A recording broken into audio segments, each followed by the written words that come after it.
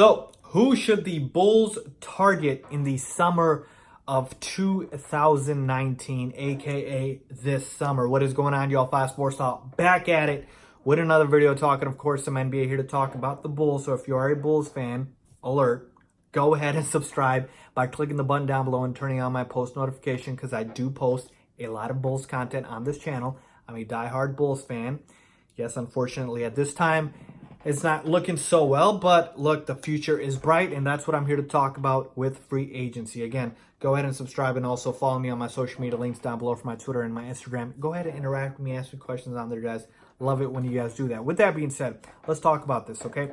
So, obviously, this free agency has all been all about the big names. I get it. Klay Thompson and Kevin Durant got hurt, so obviously that puts a little dent into it. But free agency was all about the big stars like a Kyrie Irving, like a D'Angelo Russell, like a Kawhi Leonard, guys like that. But of course, the Bulls are never linked to those guys because we are not in a position to win now, and no big time free agents really come to the Bulls anyways. But that might be more of an organizational issue. I digress. Point being is, I still do believe the Bulls should do something this free agency to address some sort of, I believe, a veteran leadership that is needed on this team. Now, again, in the past, I've talked about how I hated veterans taking up, major minutes on a roster with a bunch of young guys. Clearly, we're rebuilding. We get that. But at the same time, there are certain positions, hint, point guard, and other positions like backup big and things like that, that could use addressing. And here's the thing. At a time right now with the Bulls, who I believe are in a very sensitive position with the roster, with a lot of young guys, our main core guys are very young. You need guys to teach them how to win. It's essentially the way how it goes in the NBA is young guys don't win squat. You watch the NBA Finals. There's no teenagers. There's no 20, 21-year-olds. Very few, if any. It's mainly, obviously 28, 32, older guys, that have been in the league, that have had the experience, that have been there and done that. So you need to teach, obviously, your roster, that's a very young roster, how to win. Because if the veterans don't teach them, then who will? So, to me, there's a handful of guys out there that I would like the Bulls to target. Now, I will say this. The Bulls have approximately $20 million in cap space. They can certainly figure out a way to get more. Like, if they wanted to take a shot at D'Angelo Russell, which I would not be opposed to, by the way. That's the one thing where I was like, okay, where's one free agent that kind of makes sense here? Because the Bulls clearly need to address point guard, and the organization's talked about it. John Paxson's brought this up, and D'Angelo Russell actually is a great fit because he fits the timeline of being young, and he's a clear upgrade at that position. We would be able to afford him because, again, with the way the salary cap works, he's not going to demand the same amount of money, or he can't, as like a guy like a Kyrie Irving or Kemba Walker who's been in the league longer. Their cap holes are a bit different. They can, ask for more money. So we can afford D'Angelo Russell. Again, that's the big fish, okay? But if I look at other guys out there, a lot of Bulls fans have brought this up, guys like a Patrick Beverley, okay? Again, bringing that defensive prowess. I don't mind Pat Bev. I was kind of against it initially, but again, Patrick Beverley is a gritty. He's a hardworking, player that obviously brings a defensive prowess to the table. He brings leadership, okay, and he definitely brings a sense of, veteran leadership that this roster could certainly use. So I'm not against Patrick Beverley, but what would I rather have?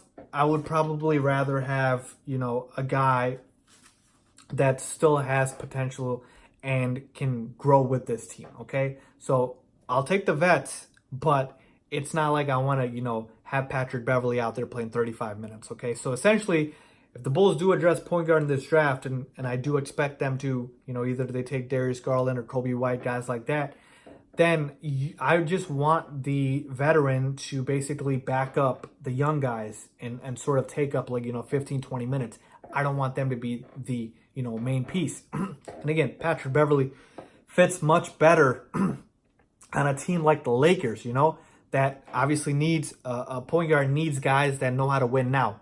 We need veterans to teach us how to win. We don't need veterans to play well for us, okay? So it's really more of a locker room thing. That's why I'm saying a guy like a D'Angelo Russell, who I wouldn't consider a veteran. He's a young guy in this league, of course, but you can play him as a starter. Of course, he would be your starting point guard, and he'd be an upgrade, and he would fit with the timeline. Another guy I'm looking at, Malcolm Brogdon. Wouldn't mind him as well. He's a restricted free agent, so it's a little tougher there. Milwaukee can match any offer, but I wouldn't mind that. And then let's get some shooters in here. How about a Terrence Ross? Nice veteran shooter, can come off the bench, hit a couple of threes, space the floor for Zach LaVine, Laurie, Wendell Carter. Clearly our three core pieces, Otto Porter Jr. in there as well. So we can fill out the bench with guys like that. So I don't mind it at all. And again, people have brought up D Rose. I don't mind D Rose either. It just has to be at the right price, okay? I'm not trying to get D Rose on like a multi-year contract. We're paying him 10 plus, 15 plus million. No, I'm good, okay? If he comes at a discount, and I don't expect him to, if he comes at a discount, that's fine. But I'm not with it. So to me, clearly addressing point guard is a big need in free agency. But of course, adding veterans is huge as well. And that's what the Bulls should be looking to do. Veterans like a Brook Lopez. I know we just have Robin Lopez. It's funny that I talk about his brother, but you get the point here. A guy like a JJ Redick, who's a good shooter. But again, to me, the biggest thing is if you can address point guard, you try to address it.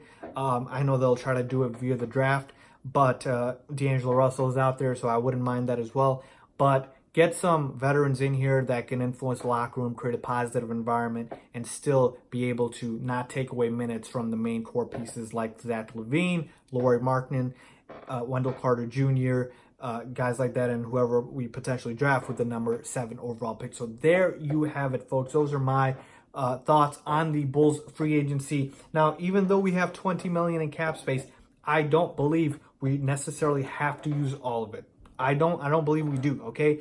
If there's, nobody out there that's really a clear fit, we can keep the cap space, because honestly, at this point, it's better to not, get a ridiculous contract on our books like a Cristiano Felicio we re-signed a few years back. But you get my point. Then to waste money on a free agent who really doesn't deserve it. I know you technically have to overpay in free agency, but you get my point. I'd rather just keep the money at that point. But I do expect the Bulls to go after some veterans. So let me know what you guys think. Leave a comment down below if you agree or disagree. D'Angelo Russell would be perfect. Wouldn't mind Pat Bev. Wouldn't mind D Rose. You can get guys that are shooters in here like a Terrence Ross, JJ Redick.